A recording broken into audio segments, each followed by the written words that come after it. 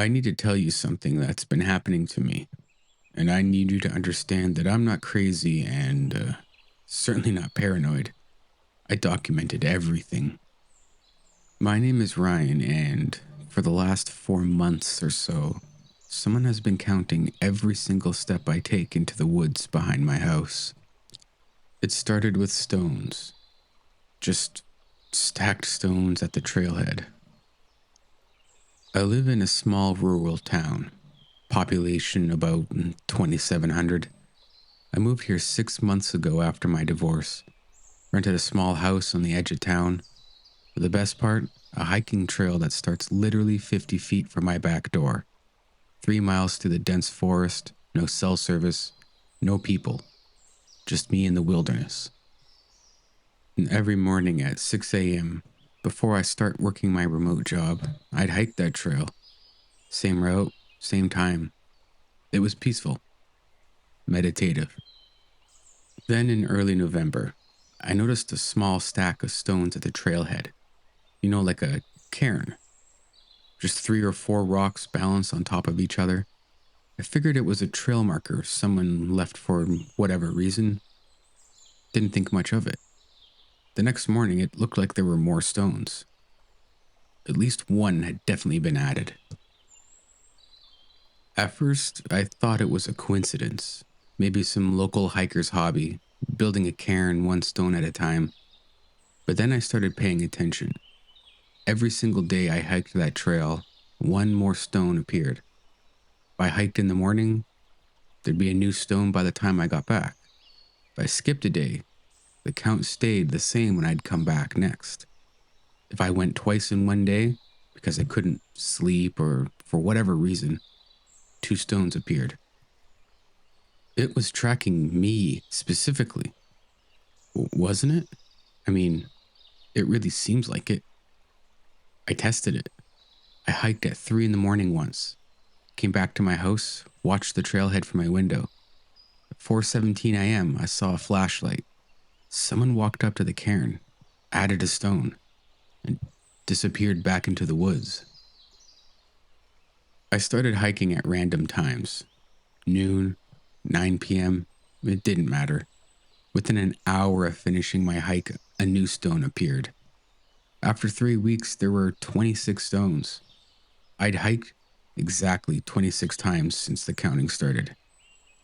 I mentioned it to a guy at the hardware store, and he got this weird look on his face and said, "Yeah, we used to have someone who did that. Trail counter, we called him. Stopped about 5 years ago." When I asked what happened, he just shrugged. Guy moved away, I guess, or got bored. And that was somewhat reassuring, but honestly didn't make me feel better. So I set up a trail camera, pointed it right at the trailhead.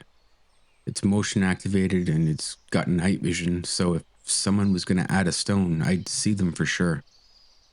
For a week, there was nothing. The camera didn't trigger even once. But the stones kept appearing. Then on the 8th day, I reviewed all the footage and, well, I found something. At 6:47 a.m., right after I'd finished my hike, the camera caught movement. A figure in camouflage, wearing a hood, approaching the cairn. They moved strangely, jerky, like they were injured or I don't know. Something was definitely off about them. They bent down, added a stone, then stood up and looked around. That's when I saw it. They were wearing my exact hiking outfit. Same green North Face jacket, same black backpack, same morel boots. I rewound the footage and zoomed in. I was so focused on the fact that I caught them on video that I didn't even realize that they even moved like me. They had a slight limp. I have a bad knee from a skiing accident, and this person limped the exact same way. But then they looked directly at the camera. I couldn't see their face because of the hood, but it seemed like they waved. They waved at me. And then they walked into the woods, at the exact spot where I always enter the trail. I stopped hiking immediately. I was done. Screw the trail. Screw my morning routine. Someone was messing with me and I wasn't playing anymore. For 3 days, no new stones appeared. The cairn stayed the way it was since I stopped. But on the fourth day, I woke up and opened my back door to let my dog out. There was a massive cairn on my doorstep. I counted them as best I could. 78 stones. 78. According to the app I use to track my hikes, I'd hiked that trail 78 times since moving here. Not just since the counting started, since I moved in 6 months ago. So someone had been watching me from the beginning. And what I noticed next left me completely disturbed, because on top of the cairn was my spare house key, the one I kept hidden under a fake rock by the shed.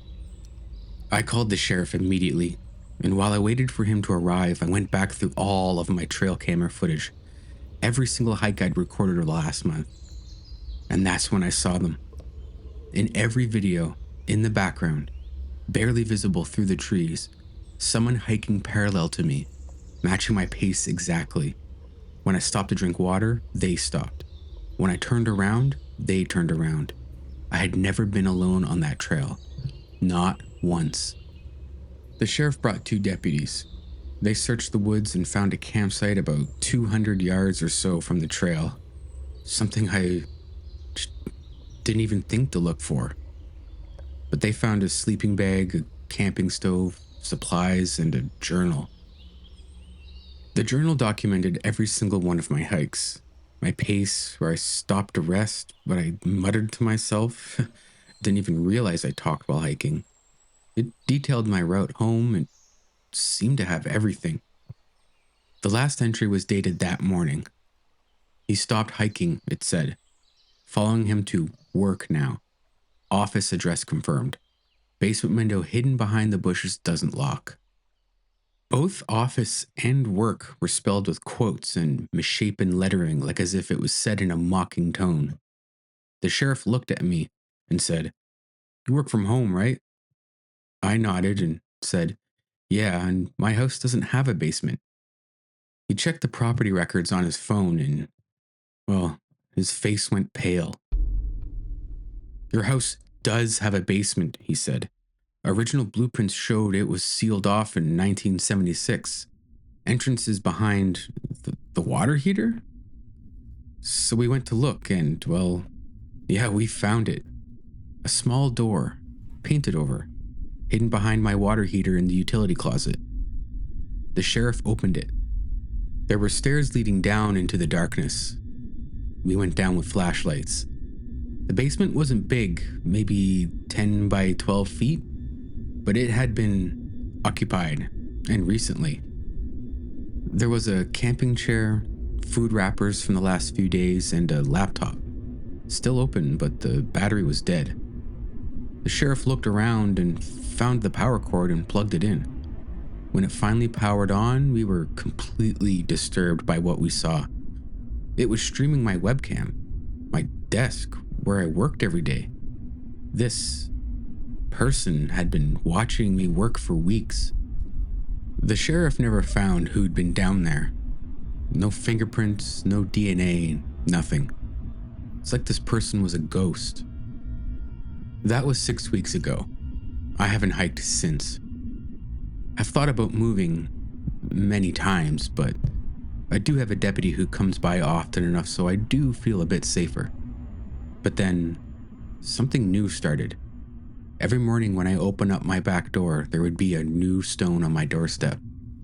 So it seems the count continues.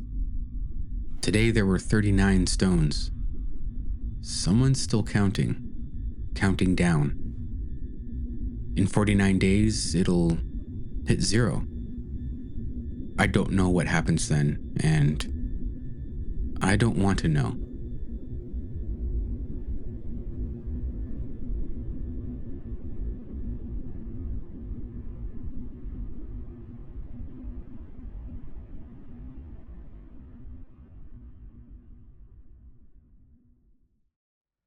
For 3 months, the same silver car appeared in my parking lot where I work every single day. Different spots, but always within view of mine. I thought I was being paranoid, but then I found the spreadsheet tucked under my windshield wiper. It was a schedule. My schedule. Down to the minute. My name is Jess. I work at a call center in Scotland. It's not a big town, everybody kind of knows everyone. But I didn't recognize the silver car that started showing up in October. At first, I barely noticed it, just another car in the lot. But then I started seeing it every day, always parked within 3 or 4 spaces of mine. Never the same spot twice, but always close enough that I could see it from my car. I mentioned it to my coworker Marnie. She laughed. Probably just someone with the same shift as you. Made sense. Our call center employs like 200 people, so there's lots of cars and lots of schedules.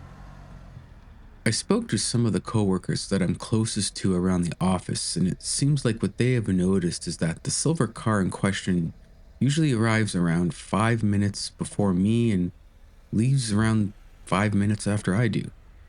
Every single day. I started paying closer attention, trying to see who was driving it, but they always had the sun visor down or they'd duck out when I wasn't looking. I never got a clear view. Then in early November, I came out to my car after my shift and found a piece of paper under my wiper blade. I thought it was a parking ticket for some reason, or maybe an advertisement. But it was a spreadsheet, printed on regular office paper, dated and time-stamped.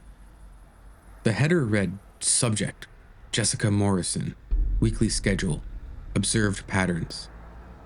My blood went cold. The spreadsheet documented 3 months of my life. Every moment, organized by day and time. Monday, 10:15 a.m., coffee shop. Orders medium cappuccino, sits by window, 12-minute duration. Tuesday, 10:15 a.m., coffee shop. Same order, same table. Friday, 6:30 p.m., the supermarket. Enters through main entrance, shops 35 to 40 minutes, self-checkout. Sunday, 2 p.m., elderly care home. Visits mother, stays approximately 90 minutes, leaves through side exit. 3 months of my life, every coffee run, every grocery trip, my visits to my mom's nursing home, all documented with clinical precision. But it was the second page that made me really start to shake. It was blank, just dates and times for the next 6 months. Empty slots, waiting to be filled in, like someone was planning to keep watching me, to keep documenting for 6 more months. I drove straight to the police station, showed them the spreadsheet, and filed a report. The officer took it seriously, thankfully. They pulled CCTV footage from the call center parking lot. We watched a week's worth of recordings. The driver always wearing a high visibility vest and a face mask. Looked like a delivery driver or construction worker. Generic, forgettable. They'd walk to their car with their head down, get in and drive away. We never saw their face clearly. The officer ran the license plate. It was stolen, of course. Taken off a scrapped vehicle lot a few towns over around 6 months ago or so. Without a direct threat, he said, there's not much we can do. But we'll increase patrols around your work and keep an eye out for the vehicle. I felt slightly better. At least it was documented, and at least someone seemed to believe me. That night, I looked at the spreadsheet again, and I mean really looked at it. At the bottom of the page, there was the latest entry. November 8th, 4:47 p.m., police station. November 8th was today. I'd filed a report at 4:47 p.m. I checked my phone. I'd left the station at 5:10 p.m. 23 minutes. I'd never told anyone I was going to the police. I decided that morning, spur of the moment. And whoever made the spreadsheet had predicted it. I became obsessed with breaking the pattern, I took different routes home, changed my schedule completely, stopped going to the coffee shop, started shopping at a different supermarket across town, visited my mom at random times instead of every Sunday at 2. For 2 weeks, the silver car disappeared from the parking lot. I started to breathe again. Maybe they'd gotten scared when I went to the police. Maybe they'd moved on. Then Marnie pulled me aside at work. She looked uncomfortable. "This is going to sound mad," she said, "but do you know someone who drives a silver car?" My stomach dropped. "Why?" She showed me her phone. A Facebook friend request from a blank profile. No name, no photo, just a default gray silhouette. The album had 43 photos, all of my car, in different parking lots, different times of the day, but all taken from within what looked like that same silver car. And the time-stamped captions went back 8 months, 5 months before I'd even noticed the silver car. I scrolled through the photos. My hands were absolutely shaking at what I saw. Shopping centers, my gym, outside my flat, the nursing home. The most recent photo was from yesterday. It was my car in the call center parking lot. The caption read, "Subject became aware October 14th. Adjusting methodology. Observation from a more neighborly position may be more viable." Neighborly observation? Why would this person leave this for me to find? Are they toying with me in some way? I live in a ground floor flat, alone. The flat next door to me became available after a neighbor had moved out some months ago. Apparently someone moved in afterwards, but I've never once seen them, nor did I see or hear them move in. I would honestly think it was still vacant if it wasn't for the time when I heard what I thought was feedback from a TV or radio coming through the wall. It didn't last long, but just happened at the right moment when it was quiet enough for me to hear. But then a wave of horrific thoughts and fear overwhelmed me, and in that moment of panic, fearing this mystery neighbor was my stalker, I called the police. 2 officers met me at my building within 20 minutes and we talked in my flat. After we talked for some time, one of the officers decided to go and knock on my neighbor's door to speak with them. He knocked a few times, but there was never any answer. Luckily, at that same time, the landlord was coming to check on that same flat as well. Apparently, my new neighbor hasn't paid rent once, and the landlord was going to slip a notice under their door. After a careful discussion, the officer and landlord decided that they would unlock the flat. They realized it was a legal gray area, but given no rent was paid and no sight of the tenant for a long time, they felt it was reasonable to check on them. When they got it open, the flat was fairly empty. No one was home, but someone had clearly been spending time there. They found a simple folding chair with binoculars on the seat, a baby monitor receiver sitting on the top of a cooler, and on the wall was a massive corkboard covered in photographs. They were photos of me, sleeping. Hundreds of them, different nights, different positions. The officer picked up the baby monitor receiver, and it was still on, still active. Static hissing softly. "Where's the transmitter?" he asked. His partner went back to their car and came back with a radio frequency detector and started sweeping my flat. The detector went crazy in my bedroom. "We found it inside the smoke detector," he reported back. "Tiny camera and transmitter. Looks to be professionally installed too." He asked the landlord when the smoke detectors were last serviced, and he said that the property management company had sent someone 2 weeks ago. After I'd changed my routine, after the silver car disappeared. The police tried to contact the company about the maintenance schedule, about who authorized the work. After days of getting nowhere on this lead, They came back to my building to check on me and speak with the landlord again. But when they went to his office, they found him dead. Dead for a few days. Heart attack, they said. But someone had been accessing his email account, signing his name, authorizing maintenance, renting storage units. They tracked the emails, traced them back to a VPN. Dead end.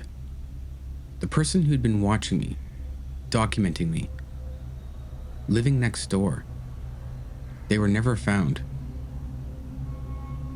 So I moved out that week. New city, new job, new routine. The last month, I found a new spreadsheet under my wiper blade. Blank. Nothing filled in. Yet.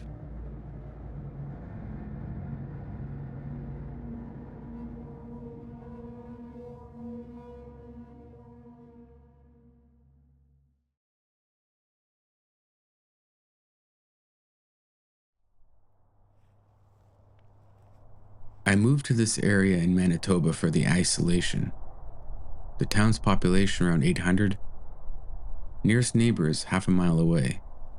Perfect for wildlife photography work. I found boot prints circling my property every morning for a week.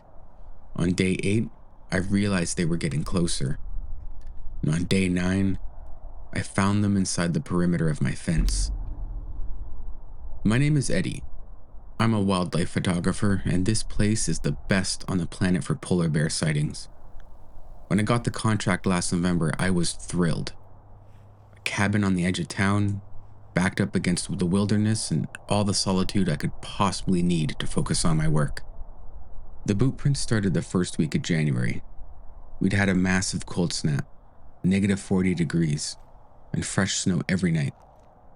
Made tracking easy for the bears I was photographing, but it also made the prints around my cabin impossible to miss. At first, I thought someone was taking a shortcut through my property, but the pattern was wrong. The prints didn't go anywhere. They started at the tree line, looped around my cabin 3 times, always counterclockwise, and then disappeared back into the woods. And they always stopped around where they had the best chance to look at my bedroom window. The prints would show them pacing around multiple times before just seemingly standing there. Every loop, the person would stop there. I could tell by how deep the prints were. They'd stand there for at least a few minutes at a time. Then they'd continue the circle. It happened every night for a week. Fresh snow would fall, covering the old tracks, and every morning, there'd be a new set. Same pattern, 3 loops, always stopping at my window. I mentioned it at the bakery, the only real restaurant in town. The waitress's face went pale. She regained her composure, then turned to me and asked, "This may be an odd question, but what size boots?" I'd measure them as best I could. Size 11, I estimated. Men's. She disappeared into the back and came out with her phone. Showed me photos and a couple news articles from 2 years ago. The same prints around a different cabin. 3 loops, counterclockwise. The woman who lived there was named Sarah, the waitress said quietly. She reported the prints to the RCMP. They patrolled for a week but never saw anyone. Then we had a blizzard in March. 4-day total whiteout. When it cleared, Sarah was just gone. Gone? I said. It was reported that they found her in June, 12 miles into the wilderness, frozen. Her journal was in her coat pocket. The waitress pulled up another article on her phone. Last entry said, "He finally knocked." I felt my throat tighten. Knocked? On her door. She wrote that she heard 3 knocks at 3 in the morning during the blizzard. She didn't answer, but when she looked out the window, there were fresh prints leading from her door back into the storm. The article said Sarah had apparently left her cabin during the blizzard and gotten lost. Exposure. Tragic accident. Did they ever figure out who was making the prints? I asked. The waitress shook her head. No, but they stopped after she disappeared. For 2 years. She looked at me. Till now, it would seem. I installed motion-activated lights and cameras that night. 2 of them. One pointed at the tree line and one at my bedroom window. And for 3 nights, nothing. The cameras didn't trigger, not even once. But every morning, fresh prints looping around. Maybe I didn't set them up right? But on the 4th night, the camera finally caught something. 3:47 a.m. A figure emerged from the tree line. Tall, maybe 6'2". They walked slowly, deliberately. But they weren't just walking around my cabin. I watched the footage in disbelief. The figure actually had what looked like a tape measure. They'd stop every few feet, measuring the distance to my window and mark something in the snow with what looked like a stick. Building some kind of pattern, plotting points. After they completed the 3rd loop and disappeared back into the trees, I put on my boots and went outside with a flashlight. The marks were still there, numbers scratched into the snow. Distances, calculations. My guess is they were triangulating my bedroom window from multiple positions, like they were planning something. I called the RCMP detachment 30 miles away and told them everything. The officer who came out the next day was Constable Davies. He listened to everything. He watched the camera footage and then went very quiet. "Wait here," he said as he got up and went to his truck. He came back with a file folder. Inside were aerial photographs of the town. Different cabins, different years, but all marked with the same thing. Circular paths in the snow. Always 3 loops. Always tightening over time. "We call them the Watcher in the Snow or something like that," Davies said. "He's been doing this for at least 15 years. Different cabins, every few years. We've never caught footage of his face, never found him. Patterns appear, get tighter and tighter, then stop. Stop how? Sometimes a resident gets scared and leaves town. Sometimes. He showed me a missing persons report from 2019, then another from 2016, then Sarah's from 2 years ago. 4 women, all lived alone, all reported the same circling prints, all disappeared during winter storms. We think he waits for blizzards," Davies said. "No visibility, no witnesses. When the storm clears, they're gone." He offered to patrol my area, but that night, the weather alert came through.